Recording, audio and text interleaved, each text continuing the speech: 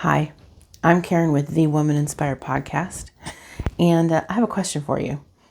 Have you ever had one of those times where a song gets stuck in your head and the lyrics go over and over and over pretty much all day long?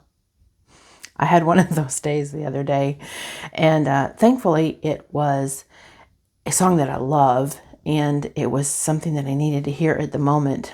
I kind of had one of those days where I woke up in the morning and my eyes were puffy and my hair was frizzy because, well, all right. So this hair, which is semi-kempt right now, doesn't always look this way. In fact, days that are really hot and humid, it looks like I was struck by lightning and all of the electricity went through my hair. I mean, it's frizzy and crazy. And I had several virtual meetings I had to attend that day, and I was preparing for a speaking engagement. So I was not very happy when I walked in and I looked in the mirror in the morning, and it just really hit me. I started to say negative things to myself. But as I was standing in the mirror, all of a sudden this song that I have not heard in I don't know how long popped into my head. And the chorus has something to do with how we are beautiful in God's eyes.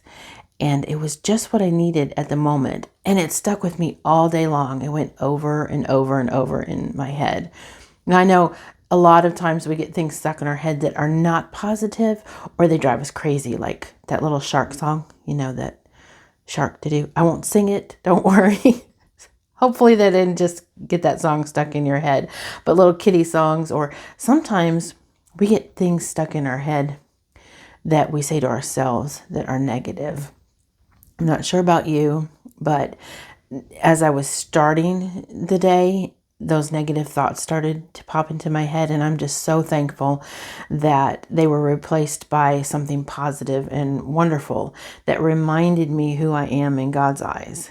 Because I have a tendency, and I work really hard not to, but sometimes old habits, they just come right back. These negative words that I might say to myself, like, you're so ugly, or you're stupid, or nobody loves you, or you're not wanted. Things like that come up, and I repeat them over and over in my head when I'm having a bad day. Those need to be replaced by positive things, by truths, because those are lies, right? Anything we say like that to ourselves are lies, and they're definitely not how God feels about us. If you look in your Bible under Psalm 139, verse 14, pretty plain and simple, says it right here in the Bible, right here in this. My Bible is a little worn out, which is a good thing. I'm not saying it's not.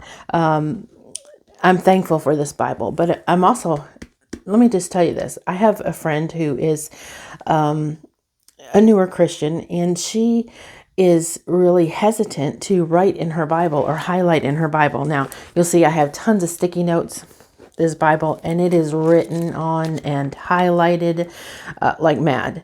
And I told her, this is valuable to you. These notes, when I have a revelation about something, God gives me something, I write it in the Bible because I don't have that good a memory anymore. And I am able to look back and go, okay, wait a minute. This is what I learned then, and it still applies today.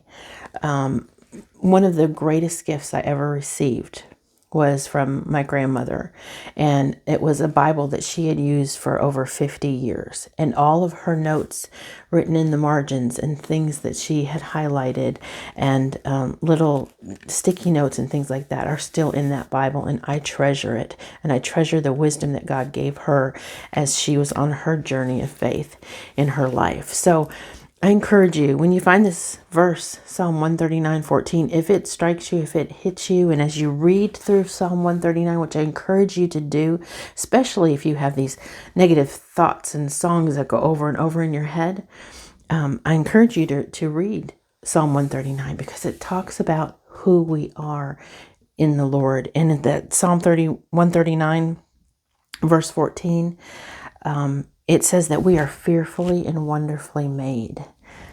Okay, so we're made in His image, and we're made fearfully and wonderfully. So do you know what the word wonderful means? The word wonderful literally means inspired delight and marvelous. What? Yeah, you are an inspiration. You are inspired delight to the Lord, and He believes you're marvelous. It doesn't matter if you get up in the morning and your hair is frizzy, your eyes are puffy. It doesn't matter if you've gained weight, lost weight. It doesn't matter if you did all of the laundry that today, or you only got 2 things done on your to-do list today. God still loves you, and He still believes you're marvelous. And that's the truth. And so sometimes we have to combat these lies that pop into our heads about who we are. It's easy to listen to the world. It's easy to compare ourselves to other people, especially in the world of social media and videos. You know, I get comments from people about how I should do my hair differently, or maybe because my hair is frizzy, or I should wear more makeup, or whatever the case may be. And I have to remember that I'm seen through God's eyes. And I am fearfully and wonderfully made. So He believes I'm marvelous, even if I don't believe it.